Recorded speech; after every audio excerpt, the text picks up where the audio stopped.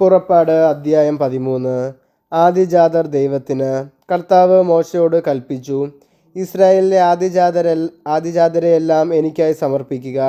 മനുഷ്യരുടെയും മൃഗങ്ങളുടെയും കടിഞ്ഞൂലുകൾ എനിക്കുള്ളതാണ്. പുളിപ്പില്ലാത്ത അപ്പത്തിൻ്റെ തിരുനാൾ. മോശ ജനത്തോട് പറഞ്ഞു, അടിമത്തത്തിൻ്റെ നാടായ ഈജിപ്തിൽ നിന്ന് പുറത്തു വന്ന ഈ ദിവസം നിങ്ങൾ അനുസ്മരിക്കണം. കർത്താവാണ് തൻ്റെ ശക്തമായ കരത്താൽ നിങ്ങളെ അവിടെ നിന്ന് മോചിപ്പിച്ചത്. ഈ ദിവസം ആരും പുളിപ്പുള്ള അപ്പം ഭക്ഷിക്കരുത്. അബീബ് മാസത്തിലെ ഈ ദിവസമാണ് നിങ്ങൾ പുറപ്പെട്ടത്.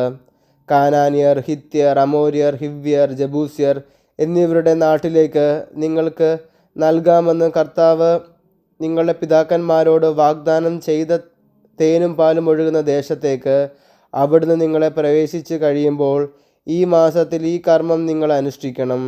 നിങ്ങൾ 7 ദിവസത്തേക്ക് പുളിപ്പില്ലാത്ത അപ്പം ഭക്ഷിക്കണം. 7-ാം ദിവസം കർത്താവിൻ്റെ തിരുനാളായി ആചരിക്കണം.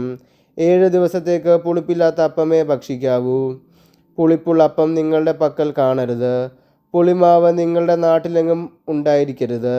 ആ ദിവസം നിൻ്റെ മകനോട് പറയണം, ഈജിപ്തിൽ നിന്ന് ഞാൻ പുറത്തു പോന്നപ്പോൾ കർത്താവ് എനിക്ക് വേണ്ടി പ്രവർത്തിച്ചതിൻ്റെ ഓർമ്മയ്ക്കായിട്ടാണിത്.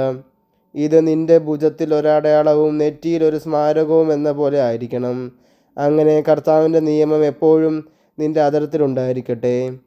എന്തെന്നാൽ ശക്തമായ കരത്താലാണ് കർത്താവ് നിങ്ങളെ ഈജിപ്തിൽ നിന്ന് മോചിപ്പിച്ചത്. വർഷം തോറും നിശ്ചിത സമയത്ത് ഇതാചരിക്കണം. ആദിജാതരുടെ സമർപ്പണം. നിങ്ങളോടും നിങ്ങളുടെ പിതാക്കന്മാരോടും വാഗ്ദാനം ചെയ്തതുപോലെ കർത്താവ് നിങ്ങളെ കാനാൻ ദേശത്ത് പ്രവേശിക്കുകയും അവിടം നിങ്ങൾക്ക് നൽകുകയും ചെയ്യുമ്പോൾ നിങ്ങളുടെ എല്ലാ ആദിജാതരെയും കർത്താവിന് സമർപ്പിക്കണം. മൃഗങ്ങളുടെ കടിഞ്ഞൂലുകളിലും ആൺകുട്ടികൾ കർത്താവിനുള്ളതായിരിക്കും. എന്നാൽ ഒരു ആട്ടിൻകുട്ടിയെ പകരം കൊടുത്ത് കഴുതയുടെ കടിഞ്ഞൂലിനെ വീണ്ടെടുക്കുന്നില്ലെങ്കിൽ അതിൻ്റെ കഴുത്ത് ഞെരിച്ച് കൊന്നുകളയണം. നിങ്ങളുടെ മക്കളിൽ ആദിജാതരെ എല്ലാം വീണ്ടെടുക്കണം.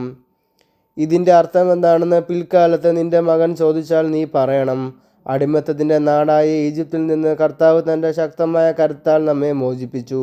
നമ്മെ വിട്ടയക്കാൻ ഫറവോ വിസമ്മതിച്ചപ്പോൾ ഈജിപ്തിലെ ആദിജാതരെ, മനുഷ്യരുടെയും മൃഗങ്ങളുടെയും കടിഞ്ഞൂലുകളെ എല്ലാം കർത്താവ് സംഹരിച്ചു.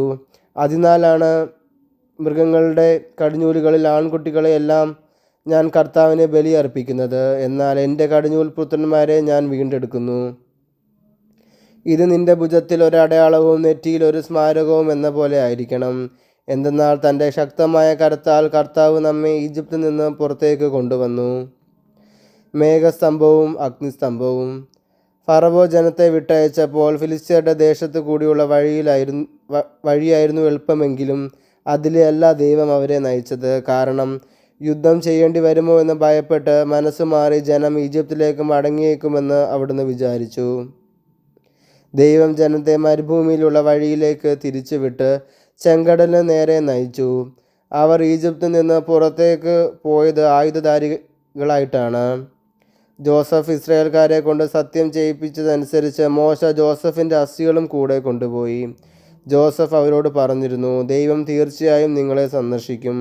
അപ്പോൾ എൻ്റെ അസ്ഥികൾ ഇവിടെ നിന്ന് നിങ്ങളുടെ കൂടെ കൊണ്ടുപോകണം. അവർ സുക്കോത്തിൽ നിന്ന് മുൻപോട്ട് നീങ്ങി മരുഭൂമിയുടെ അരികിലുള്ള എത്താമിൽ കൂടാരമടിച്ചു.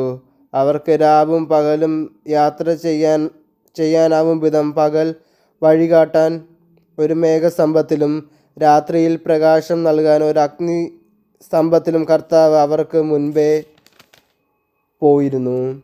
പകൽ മേഘസ്തംഭമോ രാത്രി അഗ്നിസ്തംഭമോ അവരുടെ മുമ്പിൽ നിന്ന് മാറിയില്ല.